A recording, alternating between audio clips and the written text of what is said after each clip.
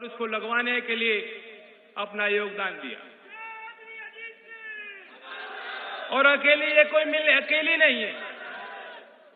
जिस तरह से हरित क्रांति आई थी, नए बीज के माध्यम से आपके फसलों में पैदावार में भारी उछाल आया। लोग कहते हैं कि एक बहुत बड़ी तरक्की आई थी। उसके बाद अगर कोई तरक्की हमने देखी तो वो तब देखी जब चीनी उद्योग को हमारे प्रदेश और देश में स्थापित करने के लिए चौधरी अजीत सिंह जी ने पहल ली। और एक अंतर और है, आप दूसरे राज्यों में अगर देखेंगे, वहां कोऑपरेटिव के नाम पर या निजी क्षेत्र में भी जो नेता है ना, सबकी अपनी अपनी मिलें हैं। लेकिन उत्तर प्रदेश में चौधरी साहब ने ये होने नहीं दिया। प्रतिस्पर्धा को बढ़ाने के लिए जो जेन्युइन प्राइवेट सेक्टर है, बुला बुलाकर उनको प्रेरित किया, उनको लाइसेंस दिया और उनको ये कहा कि तुम इस क्षेत्र में मिल लगाओ। चौधरी साहब की कोई मिल नहीं है, कोई उद्योग नहीं है। ये बहुत बड़ा अंतर है और उसका श्रेय आपको जाता है और चौधरी चरण सिंह जी के संस्कारों को जाता है। मैं अगर आज आपके बीच खड़ा हूं, हाथ जोड़ के मैं चाहता हूं कि आने वाले इस यात्रा में, इस सफर में मुझसे भी कुछ गलतियां होंगी, कुछ आप भी करोगे, लेकिन जिस तरह से एक परिवार में रहते सब लोग समय समय पे एक दूसरे की पीठ भी थपथपाते हैं, माफ भी करते हैं, गले भी लगाते हैं। मुझे उम्मीद है कि चौधरी अजीत सिंह जी के निधन के बाद ना तो आप मुझे ना अपने इस मंच को कमजोर होने दोगे। और इसलिए मैं आशीर्वाद लेने आपके बीच आया हूं। ये कठिन वक्त है, ये समय बहुत खराब है हमारे आपके लिए। क्यों मैं बात कह रहा हूं? लखीमपुर की तो एक घटना है जिससे विशेष चोट पूरे देश में किसानों को पहुंची। वे दृश्य आपने देखे या नहीं देखे मैं नहीं जानता, देख नहीं सकते, रोंगटे खड़े हो जाएंगे। घर घर में बैठे बैठे उन तस्वीरों को, उन परिवारों की कहानी को देख और सुनकर लोग रो रहे हैं, भावुक हो रहे हैं, अपने आप से सवाल पूछ रहे हैं कि ऐसे दिन हमने क्यों देखे। लानत है ऐसी सरकारों पर, लानत है ऐसी व्यवस्था पर। शेम की बात है, शर्म की बात है कि अभी भी कुछ लोग वे अपने स्थान पर ज्यों के त्यों अडिग हैं। उनके अंदर इस तरह से नफरत भरी गई है, वो मानने को तैयारी नहीं है। अभी भी वो व्यक्ति की पूजा में लगे हुए हैं कि नहीं नहीं, वे तो किसान थे ही नहीं, कुछ ना कुछ गलत हुआ होगा। नहीं नहीं, मंत्री जी, अगर मोदी जी ने मंत्री बनाए हैं तो मंत्री रहेंगे, वो तो खालिस्तानी लोग हैं, वो तो भेड़िए हैं। इस तरह की शब्दावली का प्रयोग करके भी अगर आज भी उनका खून नहीं उबल रहा, उनके अंदर खून है ही नहीं, ईमान बच नहीं रहा। ऐसे लोगों को तो छोड़ दीजिए, लेकिन दूसरे हमारे भाई किन्हीं कारणों से जो भारतीय जनता पार्टी में चले गए होंगे, बिना उनके गए तो सरकार बननी नहीं थी। मैं आपसे पूछता हूं, सारे तो विधायक, सारे तो जिला पंचायत सदस्य अध्यक्ष, सारे तो एमपी, इतने पद दे दिए, इतनी ताकत दे दी, पूर्ण बहुमत दे दी। आज वक्त है पीछे मुड़ के देख लो, अपने दिल के भीतर गहराइयों में झांक के देख लो, सत्य को पहचानो।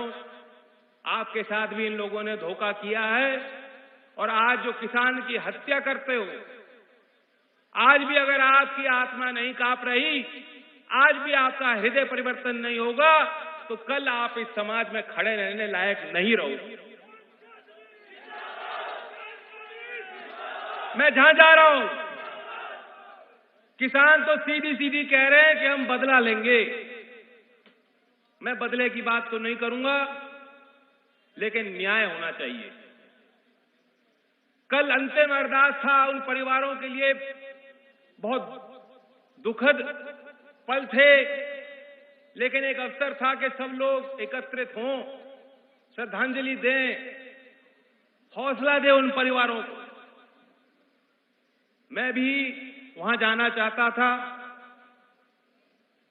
मैंने नहीं सोचा था कि इस तरह से कोई रोक लगाई जाएगी। पहले सरकार ने पूरी ताकत लगा दी थी, मैं गया था, लेकिन वहां परिवार से मिलकर आया।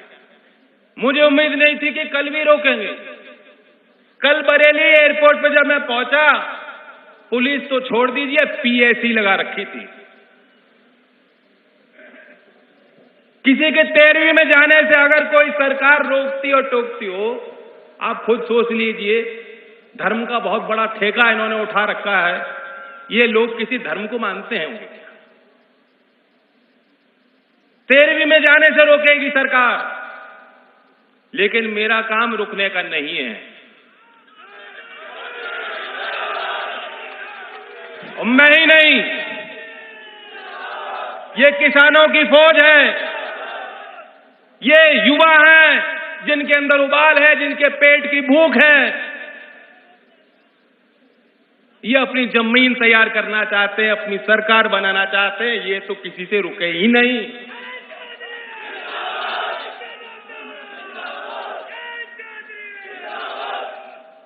अब ये बात औरों को समझनी चाहिए। अभी भी लोग बाज नहीं आ रहे। मैं देख रहा था कि क्या कोई परिवर्तन हुआ।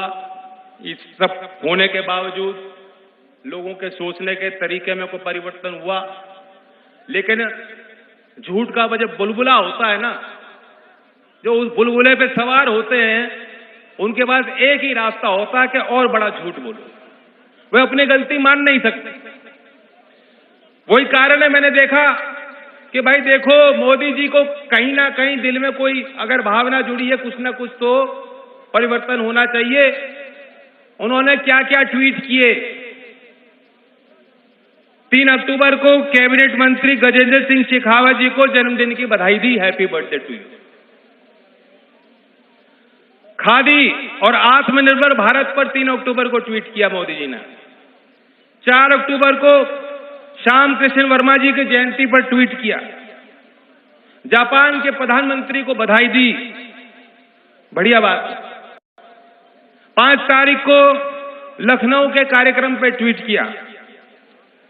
गुजरात के स्थानीय निकाय चुनाव, नगर पालिका चुनाव के जीत पे अपने पार्टी को बधाई दी। 5 ट्वीट अपने लखनऊ के कार्यक्रम पर किए। अटल जी पे ट्वीट किया। विदेशी मेहमानों से मुलाकात, और एक दलाल है राकेश झुनझुनवाला, उनके मुलाकात पे ट्वीट किया। 6 अक्टूबर आ गई। 2 टीवी कलाकारों गणेश नायक और अरविंद त्रिवेदी के मृत्यु पर संवेदना ट्वीट की। टीवी के कलाकारों की मृत्यु हो गई, उनके प्रति उन्होंने गहरी संवेदना व्यक्त की। स्वामित्व योजनाओं पर 5 ट्वीट की 6 अक्टूबर को। नवरात्रि पे 8 ट्वीट किए। 8 अक्टूबर को एयरफोर्स डे पे ट्वीट किया, अच्छी बात। 9 अक्टूबर को डेनमार्क के प्रधानमंत्री की भारत यात्रा पे 2 ट्वीट किए। भाई तरू सिंह जी की जयंती पे ट्वीट किया। 10 अक्टूबर को महिला पहलवानों और शूटरों को बधाई दी।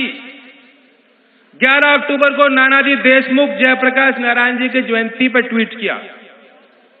12 अक्टूबर को इंडियन स्पेस एसोसिएशन पे 4 ट्वीट किए। एनएचआरसी पे 5 ट्वीट किए। मानवाधिकारों पे बहुत लंबा भाषण जड़ दिया। मैं आपसे पूछना चाहता हूं, हमारे जवान शहीद हुए अभी जम्मू कश्मीर में वारदात पे, पता लगा होगा आपको, उन पर ट्वीट नहीं किया। जो वहां अल्पसंख्यक समुदाय है, कश्मीरी पंडित हैं, एक एक करके जो मास्टर हैं, टीचर हैं, उनको चिन्हित करके मारा जा रहा है, उन पर ट्वीट नहीं किया।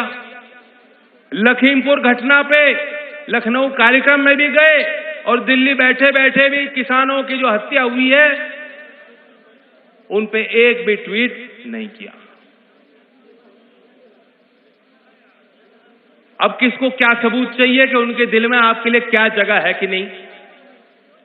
कोई जगह आप उनके दिल में आपके लिए है ही नहीं। आंखें खोल लो, आंखें खोल लो।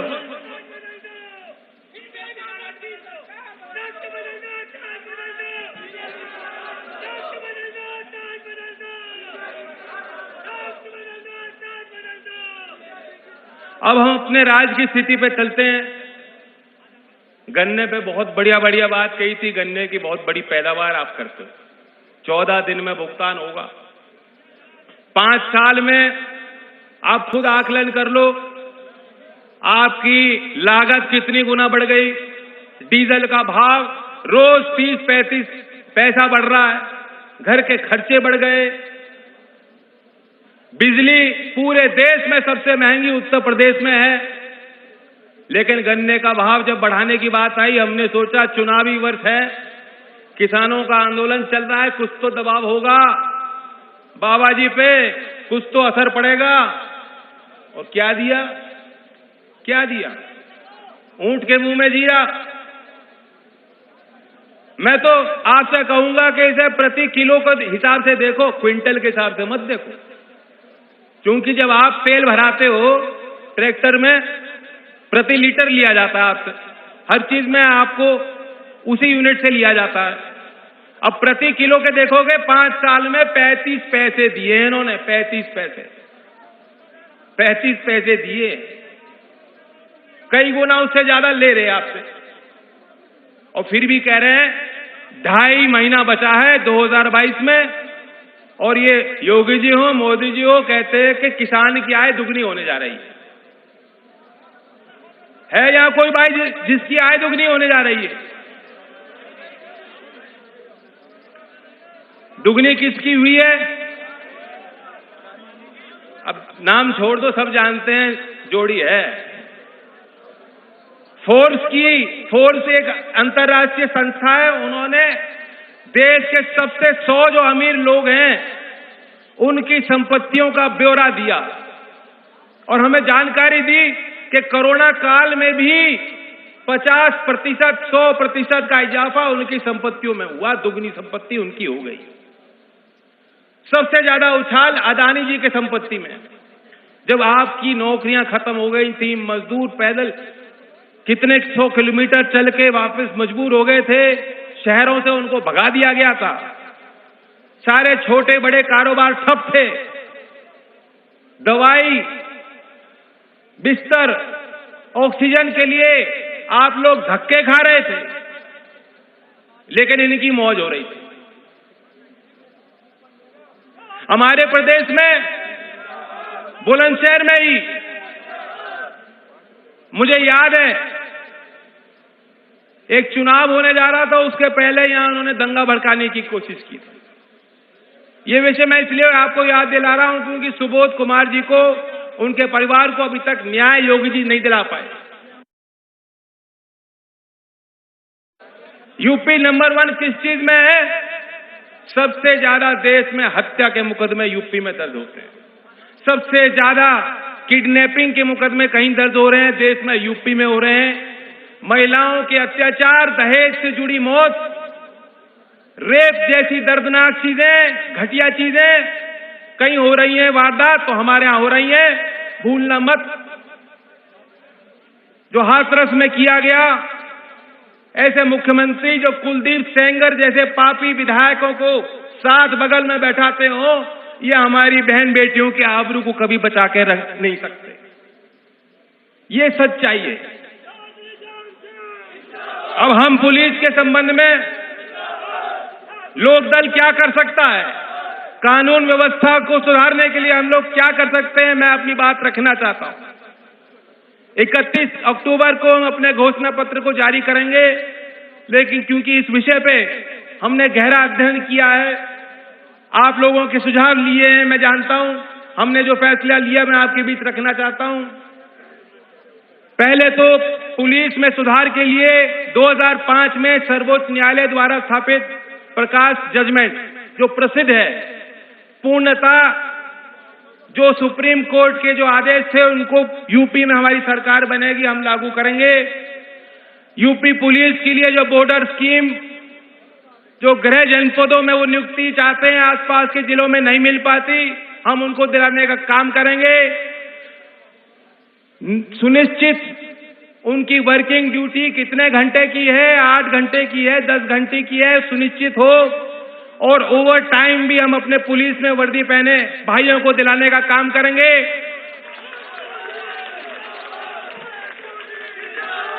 महिलाओं के विरुद्ध बढ़ रहे अपराध को दृष्टिगत रखते हुए जो नई भर्तियां पुलिस में होंगी, 50% आरक्षण उसमें मेरी बहनों के लिए किया जाएगा। क्योंकि महिला पुलिस वाली लाठी नहीं मारेंगी, डंडा नहीं मारेंगी, वो प्यार से समझाएंगी। बुरा मत मानना भाई, हमारी बहनें हैं और नौकरी में चाहे सरकारी दफ्तर कोई सा भी हो, उनकी गिनती नहीं हो पाती और इसलिए हमने प्रावधान विशेष किया है। मुझे विश्वास है कई और चीजें हम जोड़ेंगे और हर वर्ग को सुरक्षित रखने के लिए हम कामयाब होंगे। मैंने कुछ दिन पहले नूरपुर की मंडैया में जहां ये कार्यक्रम की शुरुआत की, जो पहली घोषणा की थी वो भी आपके बीच रखना चाहता हूं। मेरा मानना है कि देश के संसाधनों पे किसान का, मेरा वर्ग, मजदूर का पहला हक बनता है और इसलिए प्रधानमंत्री सम्मान योजना के तहत जो सिर्फ 6,000 रुपए दे रहे हैं, हमारी सरकार बनेगी तो प्रत्येक किसान को 6,000 से बढ़ाकर 12,000 हम लोग दिलाएंगे। और जो सीमांत किसान है, जो असिंचित जमीन पे खेती कर रहे हैं, उनको 12 नहीं 15,000 रुपए हम लोग दिलाने का काम करेंगे। ये जो हमारे नौजवान हैं, बुलंदशहर का जिला ऐसा है, यहां बहुत तरक्की करी है आप लोगों ने, दुनिया का कोई कोना, ये आपकी मेहनत का फल है। और अगर हमें नई तरक्की और तालीम के बेहतर रास्ते दिखाने होंगे, इसलिए हमारी सरकार बनेगी तो दुनिया की जो सर्वोच्च 500 विश्वविद्यालय हैं, अगर हमारे पिछड़े और SC/ST कम्युनिटी से स्कॉलरशिप देने का, उनकी फीस भरने का काम राज्य की सरकार करेगी। हमारे शहरों में, लेकिन जो शहरों में मजदूरी करने जाते हैं उनके लिए कुछ नहीं, कोई सुरक्षा कवच नहीं, उनकी नौकरी कभी पक्की नहीं होती, पोषण की उनकी चिंता उनको निरंतर सताती है। इस बंदी का सब पे पड़ा है तो गरीब मजदूर पे पड़ा है और इसलिए प्रेरणा लेते हुए हमने फैसला किया, हमारी सरकार बनेगी तो शहरी क्षेत्र में नरेगा के तहत मजदूरों की आय सुनिश्चित करने के लिए राज्य सरकार योजना लाएगी। लेकिन इस बात पे आप निगाह रखना, ऐसा नहीं है कि संसाधनों की कमी है, लेकिन जो लूट हो रही है, जो भ्रष्टाचार, पैसे का दुरुपयोग हो रहा है, जो पूरे देश को पाट दिया योगी ने अपनी तस्वीर लगाकर, ये अनावश्यक जो जाएंगे कि हम जो वादा कर रहे हैं, जो घोषणा कर रहे हैं, उनको लागू कर पाए। और वैसे भी आप जानते हो, चौधरी चरण सिंह जी को आपने देखा, चौधरी अजीत सिंह जी को आपने देखा, जो वो कहते थे उससे ज्यादा वो करके दिखाते थे। इसलिए ये मत कहना, ये मत सोचना कि जो हम कह रहे हैं वो करेंगे नहीं। विश्वास कीजिए, इस मंच पे विश्वास कीजिए और ताकत दीजिए अपने भाई को, ताकत दीजिए अपने किसान और मजदूर वर्ग को, ताकत दीजिए उन नौजवानों को जो हमारे बीच के। मैं फिर इस मंच का धन्यवाद देता हूं। उम्मीद करता हूं कि जो हमारे बीच एकता बन रही है वो खंडित नहीं होगी। और आखिर में मैं जानता हूं, मुझे खुशी भी हो रही है आपके बीच आकर, लेकिन ये पल दुख के भी हैं। उन शोकाकुल परिवारों के प्रति हमारी जिम्मेदारी बनती है कि हम उनको हक दिलाएं, उनको न्याय दिलाएं। और इसलिए सब लोग अंत में जहां हैं वहां खड़े होकर 2 मिनट का हम लोग मौन धारण करेंगे। अपने शहीद किसान भाइयों के और जवानों की स्मृति में। ओ